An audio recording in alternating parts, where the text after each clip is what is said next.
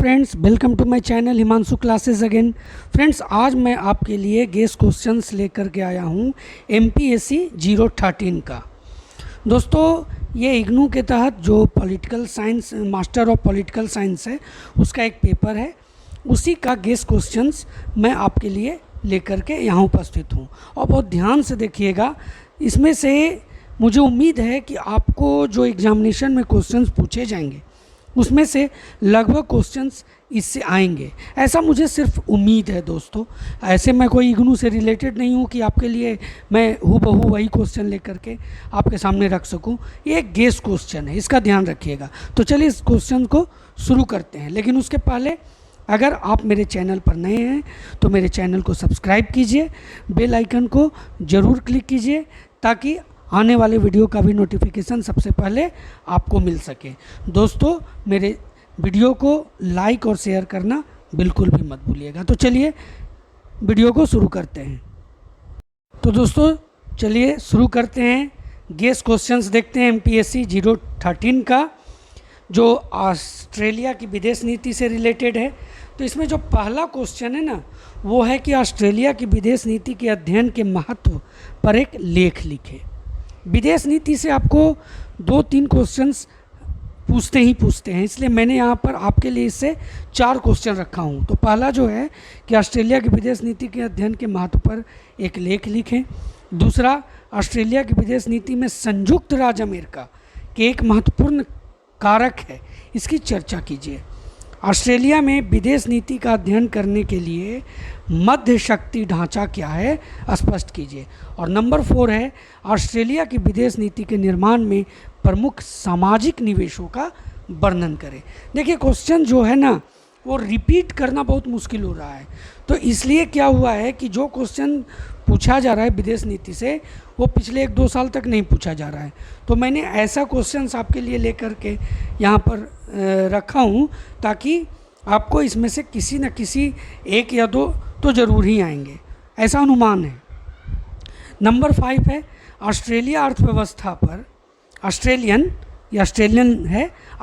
अर्थव्यवस्था पर विश्वीकरण के प्रभाव की चर्चा कीजिए। नंबर 6, ऑस्ट्रेलिया के अंतर्राष्ट्रीय व्यापार के मूल लक्षण और वैश्वीकरण पर इसके प्रभाव का वर्णन कीजिए।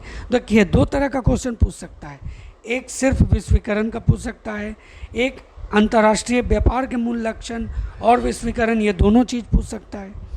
उसके बाद नंबर 7 है कि ऑस्ट्रेलिया इंडोनेशिया संबंधों में पूर्वी तिमोर की भूमिका का परीक्षण कीजिए। क्वेश्चन लगातार पूछ रहा है, इसलिए मैंने इसको अपने गेस में जगह दिया हूँ दोस्तों। उसके बाद है नंबर 8, US और समर्थित अंतर्राष्ट्रीय आतंकवाद के विरुद्ध युद्ध में ऑस्ट्रेलिया की भूमिका की व्याख्या करें। नंबर 9 है, शीत युद्ध पश्चात घटनाओं की पृष्ठभूमि में ऑस्ट्रेलिया भारत संबंधों पर टिप्पणी करें। नंबर 10 है, ऑस्ट्रेलिया और चीन के मध्य संबंधों का वर्णन करें। और नंबर 11 है दोस्तों, शरणार्थियों के प्रति ऑस्ट्रेलिया की नीति की व्याख्या कीजिए। मैंने टोटल यहाँ पर 16 क्वेश्चंस आपके लिए रखा हूँ। नंबर 12 है, ऑस्ट्रेलिया बहुल संस्कृतिवाद की संक्षिप्त व्याख्या कीजिए। देखिए, ये क्वेश्चन मैंने इसलिए इसको रखा है ना कि ये 2019 में पूछा गया, 2020 में कुछ और पूछा गया, तो क्या हो रहा है कि 1 साल बाद ये रिपीट कर रहा है, इसलिए मैंने इसको इसमें जगह दिया हूँ। नंबर 13 है, भारत का ऑस्ट्रेलिया के साथ आर्थिक संबंधों पर एक लेख लिखें। और नंबर 14 है, ऑस्ट्रेलिया भारत के संबंधों में सम्मिलित राजनीतिक और सुरक्षात्मक मुद्दों की चर्चा कीजिए। तथा 15 नंबर, परमाणु शस्त्र नियंत्रण की ऑस्ट्रेलिया की नीति की चर्चा कीजिए। लगातार क्वेश्चन पूछे जा रहे हैं, ये शस्त्र नियंत्रण से ऑस्ट्रेलिया का, ये कुछ और भी पूछ सकता है लेकिन इसी से रिलेटेड रहेगा, तो उसमें घबराना नहीं है, क्वेश्चन घुमा करके भी पूछ देता है। उसके बाद 16 है, इसमें A और B करके मैंने 2 क्वेश्चन रखे हैं कि क्योंकि आसियान और ओपेक और आसियान, ये दोनों क्वेश्चन जो हैं वो पिछले 1-2-3 साल में नहीं पूछा है, तो हो सकता है इस बार ये पूछे। तो आसियान में ऑस्ट्रेलिया की आर्थिक और राजनीतिक भागीदारी पर लेखा जोखा दे, अपेक की संरचना और प्रक्रिया, इससे क्वेश्चंस पूछे जा सकते हैं। तो दोस्तों ये टोटल आपके सामने 16 क्वेश्चंस मैंने रखा है, और इसी से जहाँ तक मेरा उम्मीद है आपको 5 क्वेश्चंस लिखना होता है पार्ट 1, पार्ट बी में आपको वो डिस्ट्रीब्यूट करता है। तो 5 क्या, मुझे जहाँ तक उम्मीद है कि 10 क्वेश्चन तो आपको लड़ने ही चाहिए, लेकिन ये सिर्फ एक उम्मीद है, गेस है। ओरिजिनलिटी तो जब आप एग्जामिनेशन हॉल में जाइएगा तभी मिलेगा। जय हिंद दोस्तों।